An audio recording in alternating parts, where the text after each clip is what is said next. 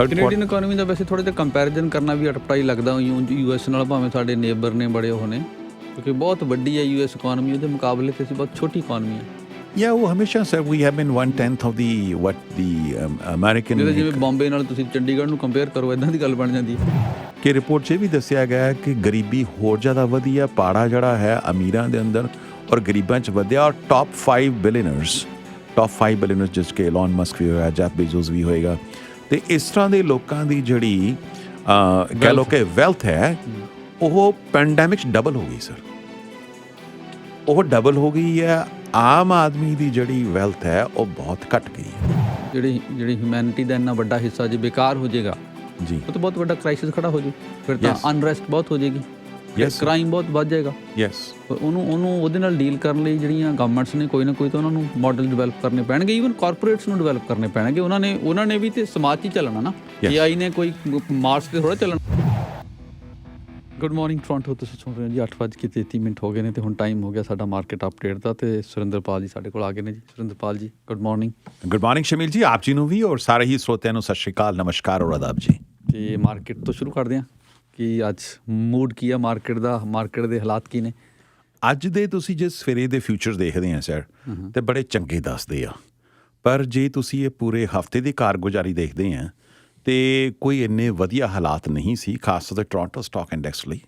Toronto stock index ਲਈ ਮੈਂ ਕਹਾਂਗਾ ਅਕਤੂਬਰ ਤੋਂ ਬਾਅਦ ਇਹ ਵਸਟ ਵੀਕ ਰਿਹਾ ਆ।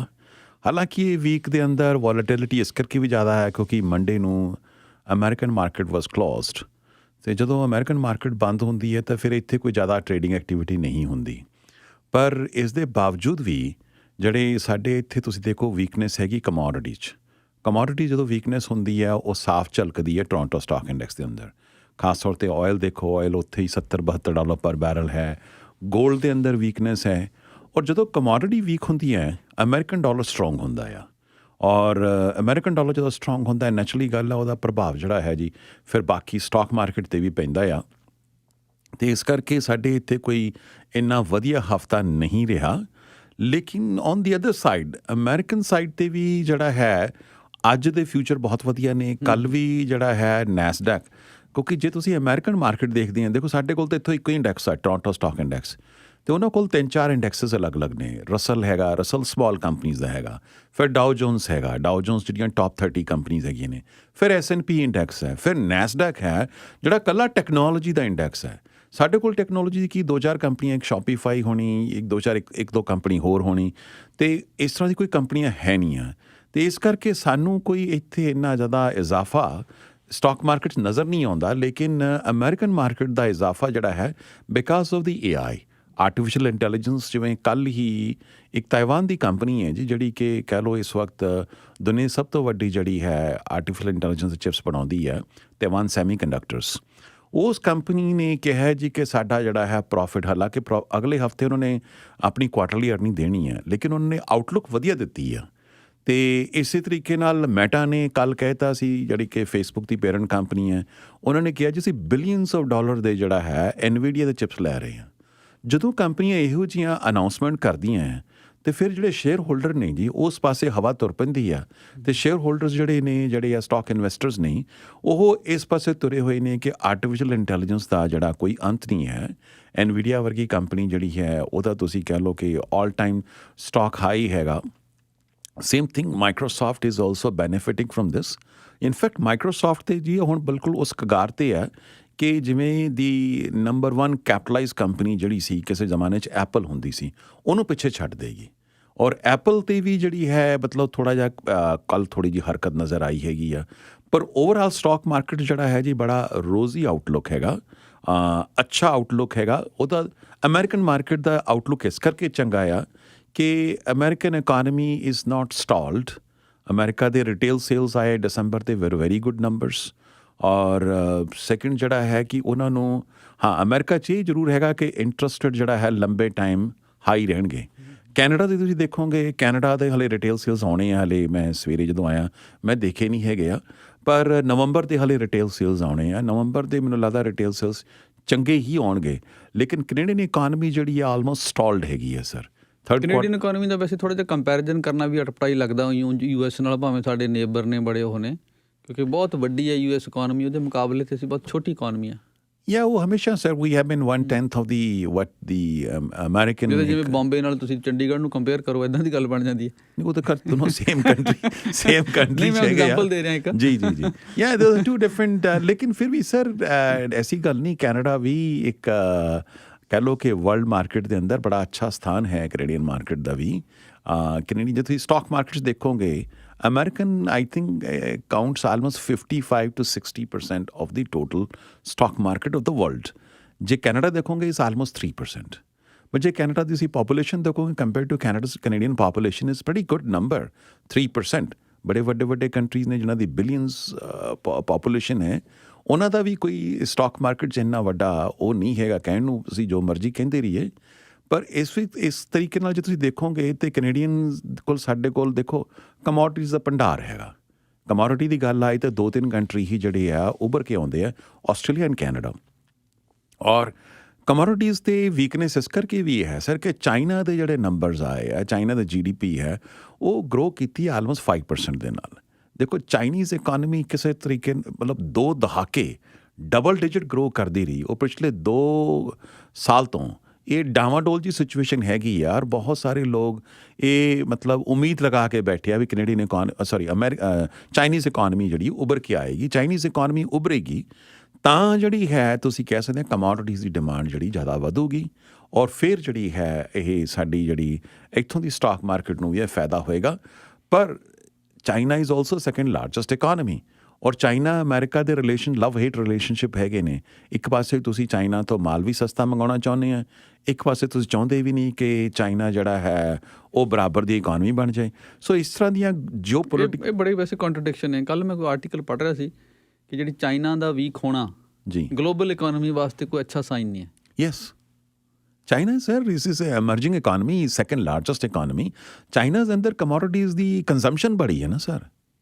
ਚਾਈਨਾ ਦੇ ਕੰਜ਼ੰਪਸ਼ਨ ਜਿਹੜਾ ਤੁਸੀਂ ਆਇਲ ਦੇਖੋਗੇ, ਹੁਣ ਆਇਲ ਕਿਉਂ ਸਾਊਦੀ ਦਾ ਜਿਹੜਾ ਰੁਝਾਨ ਹੈ ਅਮਰੀਕਾ ਤੋਂ ਹਟਿਆ ਹੈਗਾ, ਕਿਉਂਕਿ ਅਮਰੀਕਾ 'ਚ ਇੰਨੀ ਆਇਲ ਦੀ ਇੰਨੀ ਖਪਤ ਨਹੀਂ ਹੋਣੀ ਜਿੰਨੀ ਆਉਣ ਵਾਲੇ ਟਾਈਮ 'ਚ ਇਨਫੈਕਟ ਇੰਡੀਆ 'ਚ ਵੀ ਹੋਣੀ ਹੈ। ਇੰਡੀਆ ਦੇ ਅੰਦਰ, ਚਾਈਨਾ ਦੇ ਅੰਦਰ ਉਹ ਕੰਟਰੀ ਜਿਹੜੇ ਆ ਐਮਰਜਿੰਗ ਇਕੋਨਮੀਜ਼ ਇਸੇ ਕਰਕੇ ਦਿੰਦੇ ਆ ਕਿ ਉਹਨਾਂ ਦੀ ਇਕੋਨਮੀ ਜ਼ਿਆਦਾ ਫਾਸਟ ਗਰੋ ਕਰੀ। ਇਨਫੈਕਟ ਇੰਡੀਆ ਦੀ ਇਕੋਨਮੀ ਤਾਂ ਦੇ ਐਕਸਪੈਕਟ ਕਿ 6.5% ਇਸ ਸਾਲ ਗਰੋ ਕਰੂਗੀ, which is the fastest growing economy ਜਿਹੜੀ ਕਿ ਕਹਿ ਲਓ ਕਿ ਅੱਛੀ ਇਕੋਨਮੀਜ਼ ਦੇ ਅੰਦਰ। ਈਵਨ ਚਾਈਨਾ ਤੋਂ ਅੱਗੇ, ਈਵਨ ਚਾਈਨਾ ਨਹੀਂ ਚਾਈਨਾ ਤੋਂ ਅੱਗੇ ਤੇ ਨਹੀਂ ਸਰ। ਇੱਕ ਇਹ ਵੀ ਨਾ ਸਾਡੇ 'ਚ ਹਿੰਦੁਸਤਾਨੀ 'ਚ ਬੜੀ ਫਿਤਰਤ ਹੈ ਕਿ ਅਸੀਂ ਅੱਗੇ ਲੰਘਣਾ ਹੈ। ਔਰ sir we are India is nowhere compare to China. ਨਹੀਂ, ਗਰੋਥ ਰੇਟ ਦੀ ਗੱਲ ਕਰ ਰਿਹਾ ਹਾਂ, growth rate for yes, China ਨਾਲੋਂ ਗਰੋਥ ਰੇਟ ਤੇ ਜ਼ਿਆਦਾ ਹੈ ਨਾ। ਚਾਈਨਾ ਡੈਫੀਨੇਟਲੀ ਸਰ ਜੇ 5% ਉਹ 6.5-7% ਹੋਣੀ ਹੈ। ਔਰ ਅੱਛਾ, ਇੰਡੀਅਨ ਇਕੋਨਮੀ ਦੀ ਹੋਰ ਅੱਛੀ ਗੱਲ ਇਹ ਹੈ ਕਿ ਇੰਟਰਨਲ ਕੰਜ਼ੰਪਸ਼ਨ ਤੇ ਡਿਪੈਂਡ ਆ। ਚਾਈਨੀਜ਼ ਇਕੋਨਮੀ ਮੋਸਟਲੀ ਐਕਸਪੋਰਟ ਤੇ ਡਿਪੈਂਡ ਕਰਦੀ ਸਰ। ਤੇ ਜਦੋਂ ਤੁਸੀਂ ਬਾਹਰਲੇ ਕੰਟਰੀਆਂ ਤੇ ਡਿਪੈਂਡ ਜ਼ਿਆਦਾ ਕਰਦੇ ਆ ਫਿਰ ਤੁਹਾਡੀ ਵੀਕਨੈਸ ਫਿਰ ਬਾਹਰਲੀਆਂ ਕੰਟਰੀ ਕੋਲ ਹੁੰਦੀ ਹੈ।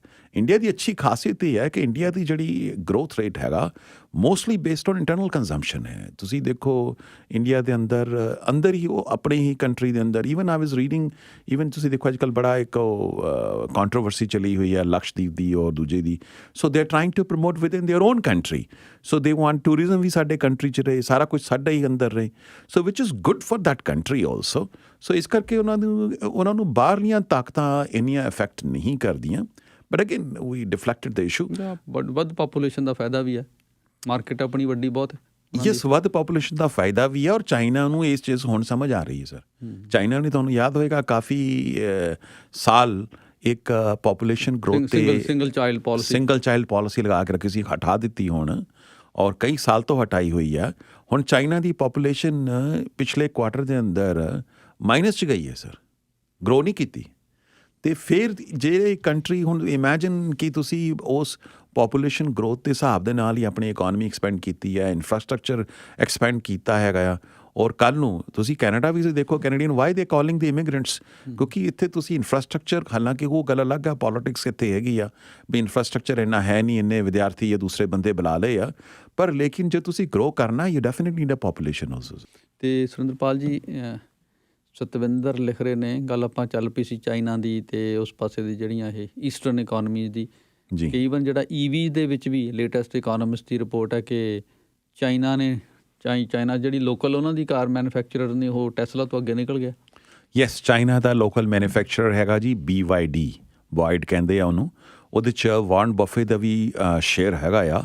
ਉਹ ਕੰਪਨੀ ਨੇ ਵਿਦਇਨ ਚਾਈਨਾ ਟੈਸਲਾ ਨੂੰ ਓਵਰਟੇਕ ਕਰ ਲਿਆ। Tesla is number 2 EV car sales ਜਿਹੜੀਆਂ ਹੈ ਚਾਈਨਾ 'ਚ ਨੰਬਰ 2 'ਤੇ ਹੈ ਟੈਸਲਾ ਦੀ, ਨੰਬਰ 1 'ਤੇ ਬੋਇਡ ਦੀ ਹੈਗੀ ਆ। But still internationally Tesla would be number 1 ਔਰ ਪਰ China is also number 2 in the whole world when it comes to EV cars. ਅਤੇ ਉਸ ਹਿਸਾਬ ਨਾਲ ਇਹ ਬੜੀ ਵੱਡੀ ਸੱਟ ਵੀ ਹੈਗੀ ਟੈਸਲਾ ਨੂੰ, ਕਿਉਂਕਿ ਦੇਖੋ ਪਹਿਲਾਂ EV ਦਾ ਮਤਲਬ ਵੀ ਟੈਸਲਾ ਕਿਹਾ ਜਾਂਦਾ ਸੀਗਾ, ਜਿਵੇਂ ਅੱਜ ਸਮਾਰਟਫੋਨ ਦਾ ਮਤਲਬ ਵੀ ਤੁਸੀਂ ਆਈਫੋਨ ਕਹਿੰਦੇ ਆ। ਅਤੇ that is giving a big competition to Tesla. ਔਰ ਇਸੇ ਕਰਕੇ ਤੁਸੀਂ ਦੇਖ ਰਹੇ ਹੋ ਟੈਸਲਾ ਦਾ ਵੀ ਸਟਾਕ ਜਿਹੜਾ ਹੈ ਪਿਛਲੇ ਕਰੀਬ 2 ਹਫ਼ਤਿਆਂ ਤੋਂ ਸਲਾਈਡਿੰਗ ਹੈਗਾ ਆ। ਉਹ ਅਲੱਗ ਹੈ ਉਹਨਾਂ ਨੂੰ, ਮਤਲਬ ਪਿਛਲੇ ਸਾਲ ਤਾਂ ਮੈਂ ਕਿਹਾ 5 ਜਾਂ 7 ਵਾਰੀ ਟੈਸਲਾ ਨੂੰ ਆਪਣੇ ਪ੍ਰਾਈਸਿਸ ਡਾਊਨ ਕਰਨੇ ਪਏ ਚਾਈਨਾ ਦੇ ਅੰਦਰ, ਈਵਨ ਅਮਰੀਕਾ ਦੇ ਅੰਦਰ, ਹੁਣ ਯੂਰਪ ਦੇ ਅੰਦਰ ਡਾਊਨ ਕਰਨੇ ਪਏ ਆ। ਯੂਰਪ 'ਚ ਜਰਮਨੀ ਪਲਾਂਟ ਬੰਦ ਪਿਆ ਆ 2 ਹਫ਼ਤੇ ਤੋਂ, ਕਿਉਂਕਿ ਜਿਹੜੇ ਪਾਰਟਸ ਹੈਗੇ ਨੇ ਉਹ ਨਹੀਂ ਮਿਲ ਰਹੇ because of middle East crisis. So EV ਦੇ ਅੰਦਰ ਦੇਖੋ ਸਰ, ਲੀਡ ਜ਼ਰੂਰ ਟੈਸਲਾ ਲੈ ਗਿਆ and I think they will continue to lead for quite number of years. ਜਿਹੜੀਆਂ ਟ੍ਰੈਡੀਸ਼ਨਲ ਕਾਰਸ ਨੇ, ਚਾਹੇ ਉਹ ਫੋਰਡ ਹੈ, ਚਾਹੇ GM ਹੈ, ਇੱਥੋਂ ਦੀ ਜੋ ਕੰਪਨੀਆਂ ਲੈਣਾ ਮੈਂ, ਜਾਂ ਕ੍ਰਾਈਸਲਰ ਹੈ, ਈਵਨ ਜਰਮਨ ਕਾਰਸ ਵੀ ਤੁਸੀਂ ਲਾਓਗੇ, ਚਾਹੇ ਉਹ ਮਰਸੀਡੀਜ਼ ਹੈ, BMW ਹੈ, ਇਲੈਕਟ੍ਰਿਕ ਵਹੀਕਲ ਦੇ ਅੰਦਰ they are far behind than Tesla.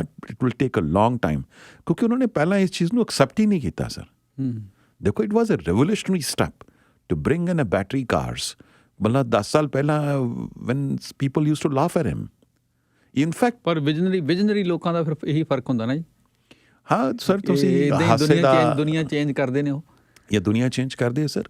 In fact ਇਸ ਹਫ਼ਤੇ ਹੁਣ ਡਾਵਸ ਦੇ ਅੰਦਰ ਜੀ ਸਵਿਟਜ਼ਰਲੈਂਡ ਦੇ ਅੰਦਰ ਮੀਟਿੰਗ ਹੋ ਰਹੀ ਹੈ ਹੀ ਵਰਲਡ ਲੀਡਰਸ ਦੀ, ਵੀ ਕਿਸ ਤਰ੍ਹਾਂ ਇਹ ਜਿਹੜੀ ਪਾਵਰਟੀ ਘਟਾਈ ਜਾਏ, ਇਹ ਅਮੀਰ ਲੋਕਾਂ ਦੀ ਜਿਹੜੀ ਹੈ।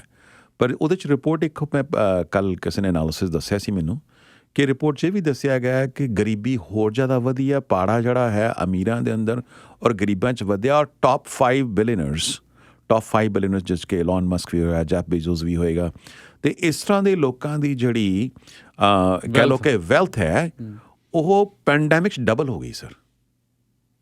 ਉਹ ਡਬਲ ਹੋ ਗਈ ਹੈ। ਆਮ ਆਦਮੀ ਦੀ ਜਿਹੜੀ ਵੈਲਥ ਹੈ ਉਹ ਬਹੁਤ ਘੱਟ ਗਈ ਹੈ, ਅਤੇ ਉਹਦੇ ਕਈ ਵਜ੍ਹਾ ਦੱਸੀ ਗਈ ਹੈ। ਉਹਦੇ 'ਚ ਮੇਨ ਵਜ੍ਹਾ ਤਾਂ ਇਹੀ ਦੱਸੀ ਗਈ ਹੈ ਸਰ ਕਿ ਟੈਕਸ ਜਿਹੜੀਆਂ ਹੈ, ਇਹ ਲੂਪ ਹੋਲਸ ਜਿਹੜੇ ਅਮੀਰਾਂ ਨੂੰ ਬਹੁਤ ਜ਼ਿਆਦਾ ਹੈਗੇ ਨੇ, ਨੰਬਰ 1। ਨੰਬਰ 2, ਡਿਊਰਿੰਗ ਕੋਵਿਡ ਦੇ ਕੁਡ ਟੇਕ ਮੋਰ ਰਿਸਕ, ਕਿਉਂਕਿ ਉਹਨਾਂ ਕੋਲ ਪੈਸਾ ਬਹੁਤ ਹੈ। ਆਮ ਆਦਮੀ ਦੇ ਕੋਲ ਹੈ ਹੀ 2 ਪੈਸੇ, ਉਹ ਵਿਚਾਰਾ ਕਿੱਥੇ ਉਹਨੂੰ ਕੋਵਿਡ ਆ ਗਿਆ, ਉਹੀ ਬਚਾ ਕੇ ਬੈਠਾ ਸੀਗਾ, ਅਤੇ how he can take A risk. Third ਇਹ ਵੀ ਹੈਗਾ, ਦੇਖੋ ਜਿੱਥੇ ਤੱਕ ਇਹ ਵੀ ਹੈਗਾ ਕਿ ਇਹ ਡਿਊਰਿੰਗ ਕੋਵਿਡ, ਦੇਖੋ ਜਿਵੇਂ ਤੁਸੀਂ ਦੇਖੋ ਜੈਫ ਬੀਜ਼ੋਸ ਹੈ, ਵਾਈ ਹੀ ਇਜ਼ ਬਿਕਮ, ਉਹਦੀ ਡਬਲ ਕਿਉਂ ਹੋ ਗਈ ਵੈਲਥ? ਦ ਰੀਜ਼ਨ ਬੀਇੰਗ ਕਿ ਈ-ਕਾਮਰਸ ਜਿਹੜਾ ਹੈ ਕੋਵਿਡ 'ਚ ਵੈਸੇ ਹੀ ਵੱਧ ਗਿਆ, ਔਨਲਾਈਨ ਵੱਧ ਗਿਆ, ਅਤੇ ਜਿਹੜੀ ਸਕਸੈਸ ਉਹਨੂੰ 10 ਸਾਲ 'ਚ ਮਿਲਣੀ ਸੀ ਉਹ 2 ਸਾਲਾਂ 'ਚ ਮਿਲ ਗਈ। ਇਸ ਤਰ੍ਹਾਂ ਹੀ EV ਕਾਰਸ ਹੈਗੀਆਂ, ਇਹ ਵੀ ਤੁਸੀਂ ਟੈਸਲਾ ਵੀ ਜਿਹੜੀ ਹੈ, ਇਹ ਉਹਨੂੰ ਇਨੋਵੇਸ਼ਨ ਕਰਕੇ ਜਿਹੜਾ ਹੈ ਉਹਨੂੰ ਭਰਪੂਰ ਫਾਇਦਾ ਮਿਲਿਆ ਹੈਗਾ। ਸੋ ਇਕੱਲਾ ਇੱਕ ਪੁਆਇੰਟ 'ਤੇ ਤੁਸੀਂ ਉਹਨੂੰ ਪੁਆਇੰਟ ਆਊਟ ਕਰ ਦਿਓ ਵੀ ਬਿਲੀਅਨਰ ਨੂੰ, ਵੀ he is wealth has doubled just because he is already rich, not necessarily. ਅੱਛਾ, ਇੱਕ ਆਇਆ ਸਵਾਲ, ਕਹਿ ਰਹੇ ਨੇ ਜੀ ਕਿ ਜਿਵੇਂ .com ਬਬਲ ਸੀ ਜੀ, ਕਿ ਜਿਹੜਾ ਇਹ AI ਜਿਹੜਾ ਚੱਲ ਰਿਹਾ ਅੱਜ ਕੱਲ੍ਹ, ਇਹ ਵੀ ਉੱਦਾਂ ਦਾ ਤਾਂ ਨਹੀਂ ਹੋਏਗਾ ਕਿਤੇ? ਦੇਖੋ sir, it can happen also. ਜਿਸ ਤਰ੍ਹਾਂ AI ਦੇ ਅੰਦਰ ਜਿਹੜੀਆਂ ਕਿ ਅੱਛੀਆਂ ਕੰਪਨੀਆਂ, ਦੇਖੋ .com ਬੂਮ ਦੇ ਅੰਦਰ ਵੀ ਤੁਹਾਨੂੰ ਯਾਦ ਹੈ 20-22 ਸਾਲ ਪਹਿਲਾਂ ਮਤਲਬ ਕਿਸ ਤਰ੍ਹਾਂ ਦੀਆਂ ਹੀ ਕੰਪਨੀਆਂ ਆ ਗਈਆਂ ਸੀਗੀਆਂ। ਇਨਫੈਕਟ ਤੁਸੀਂ ਦੇਖੋ CNN ਵਰਗੀ ਕੰਪਨੀ ਨੂੰ ਸਰ AOL ਨੇ ਟੇਕ ਓਵਰ ਕਰ ਲਿਆ ਸੀ। ਅੱਜ ਤੁਸੀਂ ਨਾਮ ਵੀ ਨਹੀਂ ਸੁਣਿਆ ਹੋਣਾ, ਅਮਰੀਕਾ ਔਨਲਾਈਨ AOL ਕੰਪਨੀ ਸੀਗੀ। ਉਸ ਕੰਪਨੀ ਨੇ ਕਿਸ ਤਰ੍ਹਾਂ ਝੂਠਾ ਪ੍ਰਚਾਰ ਕਰਕੇ ਕਿ ਇੱਕ, ਤੁਹਾਨੂੰ ਉਸ ਟਾਈਮ ਯਾਦ ਆ, ਉਹ ਫੋਨ ਦੇ ਥਰੂ ਡਾਇਲ ਸਿਸਟਮ ਹੁੰਦਾ ਸੀ, ਇੰਟਰਨੈਟ ਲੱਗਦਾ ਸੀਗਾ, ਉਹਨਾਂ ਨੇ ਫ੍ਰੀ CD ਭੇਜਦੇ ਸੀਗੇ, ਅਤੇ ਉਹਨਾਂ ਨੇ ਕੁਆਰਟਰਲੀ ਰਿਪੋਰਟ 'ਚ ਕਹਿਤਾ ਜੀ ਸਾਡੇ ਕੋਲ ਤਾਂ ਇੰਨੇ ਮਿਲੀਅਨਸ ਲੋਕਾਂ ਦੀ ਸਬਸਕ੍ਰਿਪਸ਼ਨ ਆ ਗਈ ਹੈ। ਉਹ free CD 30 days free CD ਭੇਜਦੇ ਸੀਗੇ, ਉਹ ਦਿਖਾ ਦਿੱਤੀ। ਅਤੇ ਇਸ ਤਰ੍ਹਾਂ ਰਾਤੋਂ ਰਾਤ ਉਹ ਕੰਪਨੀ ਜਿਹੜੀ ਹੈ CNN, ਟਾਈਮ ਵਾਰਨਰ ਵਰਗੀ ਕੰਪਨੀ ਨੂੰ ਜਿਹੜਾ ਹੈ AOL ਉਸ ਤੋਂ ਵੱਡੀ ਕੈਪੀਟਲਾਈਜੇਸ਼ਨ ਕੰਪਨੀ ਹੋ ਗਈ, ਉਹਨੇ ਬਾਏ ਕਰ ਲਿਆ। ਜੇ AOL ਨੂੰ ਕੋਈ ਜਾਣਦਾ ਨਹੀਂ, CNN time still exist. So this can happen also in the artificial intelligence, but companies like NVIDIA, companies like AMD, companies like Intel, companies ਜਿਹੜੀਆਂ ਨੇ even Taiwan's Semiconductor Limited, ਇੱਕ Swedish company ਹੈ ASML, that also these companies are solid companies. ਹੁਣ ਕਈ ਛੋਟੀ ਕੰਪਨੀਆਂ ਵੀ ਇਹਦੇ ਚ, ਇਹ ਤਾਂ ਮੇਰੇ ਖਿਆਲ ਹਰ ਸੈਕਟਰ ਚ ਹੁੰਦਾ ਹੈ, 5-4 ਸੀਰੀਅਸ ਪਲੇਅਰ ਹੁੰਦੇ ਆ, ਬਾਕੀ ਕੋਈ ਦੇਖਾ ਦੇਖੀ ਵਾਲੇ ਹੁੰਦੇ ਨੇ, ਤੇ ਕਈ ਬਾਕੀ ਫਿਰ ਭੀੜ ਹੁੰਦੀ ਹੈ। ਜੀ yes, that's why you need a knowledge, that's why you need a financial advisor, ਜਾਂ ਤੁਸੀਂ ਖੁਦ ਆਪਣੀ ਨੌਲੇਜ ਲਓ ਬਈ ਤੁਸੀਂ ਕਿਹੜੀਆਂ ਸਿੱਕੇਬੰਦ ਕੰਪਨੀਆਂ 'ਚ ਇਨਵੈਸਟਮੈਂਟ ਕਰਨੀ ਆ, ਉਹਨਾਂ 'ਚ ਇਨਵੈਸਟਮੈਂਟ ਕਰੋ। ਦਿਸ ਕੈਨ ਹੈਪਨ। ਇਨਫੈਕਟ ਮੈਂ ਵੀ ਦੱਸ ਦਿਆਂ ਸ਼ਮੀਲ ਜੀ, last year 2023 the fastest growth आई है NASDAQ ਦੇ ਅੰਦਰ after .com boom. So that is also very significant. ਤੁਸੀਂ ਦੇਖ ਲਓ ਵੀ .com boom ਤੋਂ ਬਾਅਦ ਵੀ ਕਿਸ ਤਰ੍ਹਾਂ ਬੁਰਾ ਹਾਲ ਹੋਇਆ ਸੀਗਾ, ਪਰ ਇਸ ਤਰ੍ਹਾਂ ਦਾ ਲੱਗਦਾ ਨਹੀਂ ਹੈ। AI is going to stay here, ਔਰ AI is a reality, ਔਰ because of AI ਬੇਸ਼ੱਕ ਅਸੀਂ ਜਿੰਨਾ ਮਰਜ਼ੀ ਕਹਿੰਦੇ ਹਾਂ, lot many jobs will be gone forever. ਉਹ ਵਾਪਸ ਨਹੀਂ ਹੋਣੀ, ਔਰ ਮੇਬੀ ਕੁਛ ਨਵਾਂ ਕ੍ਰੀਏਟ ਵੀ ਹੋਏਗਾ, ਨਵੀਆਂ ਜੌਬਸ ਕ੍ਰੀਏਟ ਹੋਣਗੀਆਂ, ਨਵੀਆਂ ਜੌਬਸ ਵੀ ਕ੍ਰੀਏਟ ਹੋਣਗੀਆਂ, ਨਵਾਂ ਅਸੀਂ ਕੋਈ ਮਾਡਲ ਡਿਵੈਲਪ ਕਰਾਂਗੇ ਸੋਸਾਇਟੀ ਦਾ, ਜਿਹਦੇ 'ਚ ਸਾਰੇ ਲੋਕ ਜੇ ਕੰਮ ਨਹੀਂ ਕਰਦੇ ਪਰ ਉਹਨਾਂ ਨੇ ਗੁਜ਼ਾਰਾ ਤੇ ਕਰਨਾ, ਉਹਨਾਂ ਨੂੰ ਅਸੀਂ ਕਿਵੇਂ ਕੰਪਨਸੇਟ ਕਰਨਾ, ਮੇਬੀ ਜਿਹੜੀਆਂ ਵੈਲਫੇਅਰ ਜਿਹੜੀਆਂ ਸਟੇਟ ਦਾ ਕਨਸੈਪਟ ਹੈ, ਕੁਛ ਨਾ ਕੁਛ ਤਾਂ ਕੱਟ ਕਰਨਾ ਹੀ ਪਏਗਾ। ਨਹੀਂ ਸਰ, ਨਹੀਂ ਤਾਂ ਅਦਰਵਾਈਜ਼ ਤਾਂ ਫਿਰ ਕ੍ਰਾਈਸਿਸ ਪੈਦਾ ਹੋ ਜੂ। Yes, this is a biggest thing ਕਿ ਇਹ ਕ੍ਰਾਈਸਿਸ ਹੋਣ ਵਾਲਾ ਸਰ। ਬਹੁਤ ਸਾਰੀ ਜੌਬਸ ਜਿਹੜੀਆਂ ਨੇ, ਦੇਖੋ ਪਿੱਛੇ ਇੱਕ ਸਟੈਟਸ ਕੈਨੇਡਾ ਨੇ ਰਿਪੋਰਟ ਦੱਸੀ ਸੀ ਬਈ 10 ਇਹੋ ਜਿਹੇ ਪ੍ਰੋਫੈਸ਼ਨ ਨੇ ਜਿਨ੍ਹਾਂ ਦੀ ਕਿ ਅਰਨਿੰਗ ਘਟੀ ਹੈ ਸਰ ਪਿਛਲੇ 10 ਸਾਲਾਂ ਦੇ ਅੰਦਰ। ਪਰ ਹੁਣ ਦੇਖੋ, ਜੇ ਜਿਹੜੀ ਹਿਊਮੈਨਿਟੀ ਦਾ ਇੰਨਾ ਵੱਡਾ ਹਿੱਸਾ ਜੇ ਬੇਕਾਰ ਹੋ ਜਾਏਗਾ ਜੀ, ਉਹ ਤਾਂ ਬਹੁਤ ਵੱਡਾ ਕ੍ਰਾਈਸਿਸ ਖੜਾ ਹੋ ਜੂ। ਫਿਰ ਤਾਂ ਅਨਰੈਸਟ ਬਹੁਤ ਹੋ ਜਾਏਗੀ, ਕ੍ਰਾਈਮ ਬਹੁਤ ਵੱਧ ਜਾਏਗਾ। ਉਹਨੂੰ ਉਹਦੇ ਨਾਲ ਡੀਲ ਕਰਨ ਲਈ ਜਿਹੜੀਆਂ ਗਵਰਨਮੈਂਟਸ ਨੇ ਕੋਈ ਨਾ ਕੋਈ ਤਾਂ ਉਹਨਾਂ ਨੂੰ ਮਾਡਲ ਡਿਵੈਲਪ ਕਰਨੇ ਪੈਣਗੇ, ਈਵਨ ਕਾਰਪੋਰੇਟਸ ਨੂੰ ਡਿਵੈਲਪ ਕਰਨੇ ਪੈਣਗੇ। ਉਹਨਾਂ ਨੇ ਵੀ ਤੇ ਸਮਾਜ 'ਚ ਹੀ ਚੱਲਣਾ ਨਾ, AI ਨੇ ਕੋਈ ਮਾਰਸ ਤੇ ਥੋੜ੍ਹਾ ਚੱਲਣਾ। No, ਬਿਲਕੁਲ ਠੀਕ ਹੈ ਸਰ। ਦੈਟਸ ਵਾਈ ਥੀਸ ਜਿਹੜੀਆਂ ਬਾਡੀਜ਼ ਨੇ, ਜਿਹੜੀਆਂ ਪਾਲਿਸੀ ਮੇਕਰਸ ਨੇ, they have to waken up. The writing is very clear on the wall. They have to design policies. Even governments ਦੀ ਆਪਣੀ ਰੈਵਨਿਊ ਘੱਟ ਰਹੇ ਸਰ। ਤੁਸੀਂ ਗੌਰਮੈਂਟ ਨੂੰ ਦੇਖੋ, ਜਿਹੜੇ ਟ੍ਰੈਡੀਸ਼ਨਲ ਰੈਵਨਿਊ ਆਉਂਦੇ ਸੀ, ਜਦੋਂ ਤੁਸੀਂ ਹੁਣ ਆਟੋ ਪਾਰਟਸ ਤੁਸੀਂ ਜੇ ਵੇਚਦੇ ਸੀਗੇ, ਹੁਣ ਆਟੋ ਪਾਰਟਸ ਹੀ ਘੱਟ ਗਏ। ਇਲੈਕਟ੍ਰਿਕ ਵਾਹੀਕਲਸ 'ਚ ਉਸ 'ਚੋਂ ਮੈਂ ਕਹਿੰਦਾ 1/3 ਹੋਣੇ ਜੋ ਕੰਬਸਸ਼ਨ ਇੰਜਨ 'ਚ ਹੈਗੇ ਨੇ। ਅਤੇ ਨੈਚੁਰਲੀ ਗੱਲ ਜਦੋਂ ਉਹਦੀ ਸੇਲ ਘੱਟ ਜਾਣੀ ਹੈ, ਤਾਂ ਗੌਰਮੈਂਟ ਦਾ ਵੀ ਵੋਲਿਊਮ ਜਿਹੜਾ ਹੈ ਰੈਵਨਿਊ ਦਾ ਘੱਟ ਜਾਣਾ ਆ। ਔਰ ਇਸ is going to be big shift. ਔਰ AI ਦੇ ਅੰਦਰ ਤੁਸੀਂ ਦੇਖੋਗੇ, ਇਸ going to change our thinking also, ਇਸ going to change our lifestyle. ਔਰ ਜੇ ਤੁਸੀਂ AI ਦੀ ਗੱਲ ਕਰਦੇ ਆ ਜਾਂ ਔਨਲਾਈਨ, ਇਨਫੈਕਟ ਇਹਦੇ ਨਾਲ ਔਨਲਾਈਨ ਵਰਕਰ ਆ ਜਾਂਦੇ ਆ। ਅਤੇ ਆਈ ਵਾਜ਼ ਰੀਡਿੰਗ ਯੈਸਟਰਡੇ ਕਿ ਇਹ ਟੋਰਾਂਟੋ ਸਟਾਰ ਸੀਗੀ ਰਿਪੋਰਟ ਕਿ ਜਿਹੜੇ ਲੋਕ ਘਰੋਂ ਬੈਠ ਕੇ ਕੰਮ ਕਰਦੇ ਆ, ਉਹਨਾਂ ਦੀ ਅਰਨਿੰਗ ਮੋਸਟਲੀ ਉਹ ਹਾਈ ਇਨਕਮ ਅਰਨਰਸ ਹੈਗੇ ਨੇ। ਉਹ ਕਪਲਸ ਜਿਹੜੇ ਨੇ, ਉਹਨਾਂ ਦੀ ਇਨਕਮ, ਔਰ ਜਿਹੜੇ ਇੱਕ ਮਤਲਬ ਆਮ ਕੰਮ ਕਰਦੇ ਜਿਹੜੇ ਕਪਲ, ਜਿਵੇਂ ਕਹਿ ਲਓ ਫੈਕਟਰੀ 'ਚ, ਵੇਅਰ ਹਾਊਸ, ਜਾਂ ਈਵਨ ਰੀਟੇਲ ਸੇਲਸ, ਰੈਸਟੋਰੈਂਟ, ਉਹਨਾਂ ਕਪਲ ਦੀ ਇਨਕਮ 'ਚ ਕਰੀਬ 4 ਗੁਣਾ ਇਨਕਮ ਦਾ ਫਰਕ ਹੈ ਸਰ। 4 ਗੁਣਾ ਇਨਕਮ ਦਾ ਫਰਕ ਹੈ। So this is telling you that you have to develop, you have to sharpen your skill. ਆਪਣੀ ਸਕਿੱਲ ਡਿਵੈਲਪਮੈਂਟ ਤੁਹਾਨੂੰ ਕਰਨੀ ਪੈਣੀ ਹੈ। You have to keep changing. ਤੁਸੀਂ ਇਹ ਨਹੀਂ ਕਹਿ ਸਕਦੇ ਵੀ ਮੈਂ ਇੱਕ ਹੀ ਜੌਬ ਕਰਦਾ, ਮੈਂ ਇਹੀ ਕਰਨੀ ਹੈ, then you will be misplaced. ਤੁਸੀਂ ਆਪਣੀ ਜਿਹੜੀ ਹੈ ਆਪਣੀ ਸਕਿੱਲ ਸੈਟ, ਜਾਂ ਤੁਸੀਂ ਆਪਣੀ ਜੌਬ ਚੇਂਜ ਕਰਨੀ ਹੈ, ਜਾਂ ਸਕਿੱਲਸ ਨੂੰ ਡਿਵੈਲਪ ਕਰਨਾ ਹੈ, ਅਪਗ੍ਰੇਡ ਕਰਨਾ ਹੈ, that you have to do. ਜਿਵੇਂ ਖਾਲਿਦ ਬੱਟ ਨੇ ਇਹਨਾਂ ਦਾ ਕਿ ਹਰ ਟੈਕਨੋਲੋਜੀ 'ਚ, IT ਫੀਲਡ 'ਚ ਹਰ 10 ਸਾਲ ਬਾਅਦ ਵੱਡੀਆਂ ਚੇਂਜਸ ਹੋ ਜਾਂਦੀਆਂ। ਔਰ ਅੱਜ ਦੇ ਜਿਹੜਾ ਵਰਲਡ ਹੈ, ਇਹਦੇ 'ਚ ਜਿਹੜੀ ਸਾਰੀ ਦੀ ਸਾਰੀ ਚੇਂਜ ਹੈ ਉਹ AI ਟੈਕਨੋਲੋਜੀ 'ਚੋਂ ਰਹੀ ਹੈ। ਟੈਕਨੋਲੋਜੀ ਹੀ ਚੇਂਜ ਕਰ ਰਹੀ ਦੁਨੀਆ ਨੂੰ। ਸੋ ਮੇਰਾ ਖਿਆਲ ਹੈ ਵੀ ਬਹੁਤ ਕੁਛ ਹੋਣਾ ਜਿਹੜਾ 10 ਸਾਲਾਂ ਬਾਅਦ ਅਸੀਂ ਅੱਜ ਬੈਠੇ ਇਮੈਜਿਨ ਵੀ ਨਹੀਂ ਕਰ ਸਕਦੇ। We can't imagine. ਅਤੇ ਇਸ ਕਰਕੇ ਕਿਤੇ ਹੁਣ ਆਪਣੇ ਆਪ ਹੀ ਟਾਈਮ ਦੇ ਨਾਲ ਅਸੀਂ ਸੋਲੂਸ਼ਨ ਲੱਭਾਂਗੇ ਇਹਦੇ। ਅਤੇ ਟਾਈਮ ਵੀ ਹੋ ਗਿਆ ਜੀ, ਹੁਣ ਗੱਲ ਸਾਨੂੰ ਹੁਣ ਖਤਮ ਕਰਨੀ ਪੈਣੀ। ਕੋਈ ਜਾਂਦੇ ਜਾਂਦੇ ਕੋਈ ਹੋਰ ਮੈਸੇਜ ਤੁਸੀਂ ਸ਼ੇਅਰ ਕਰਨਾ ਚਾਹੋ? ਸਰ ਦੇਖੋ, ਆਈ ਵੁੱਡ ਸੇ ਕਿ we are middle of January, it's a good time to invest. Mostly ਜਿਹਨਾਂ ਲੋਕਾਂ ਨੇ RRSP ਲੈਣੀ ਆ, ਆਮ ਤੌਰ 'ਤੇ ਲੋਕ RRSP ਫੈਬਰਰੀ ਦੇ ਐਂਡ 'ਚ ਜਾ ਕੇ ਲੈਂਦੇ ਆ। ਦਿਸ ਈਅਰ ਦਾ March 1 is a deadline. So ਉਦੋਂ ਕੀ ਹੁੰਦਾ ਹੈ ਕਿ ਜਦੋਂ ਤੁਸੀਂ everyone is investing in RRSP ਔਰ ਸਟਾਕ ਮਾਰਕੀਟ ਗੋਜ਼ ਅਪ, ਤੁਸੀਂ ਇਨਵੈਸਟ ਹਾਈ 'ਤੇ ਕਰਦੇ ਆ, ਤੁਹਾਡੀ ਈਲਡ ਜਿਹੜੀ ਹੈ, ਰਿਟਰਨ ਜਿਹੜੀ ਹੈ, ਉਹ ਇੰਨੀ ਨਹੀਂ ਆਉਂਦੀ।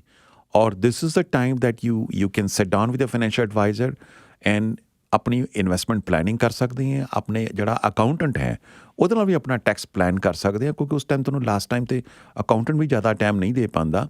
ਸੋ ਆਈ ਵੁੱਡ ਸੇ ਕਿ ਜੇ ਤੁਸੀਂ RSP ਲੈਣੀ ਆ, ਅਗੇਨ RSP ਲੈਣੀ ਹੈ ਨਹੀਂ ਲੈਣੀ, ਇਹਦੇ ਬਾਰੇ ਵੀ ਬਹੁਤ ਵੱਡਾ ਇਸ਼ੂ ਹੈਗਾ ਆ।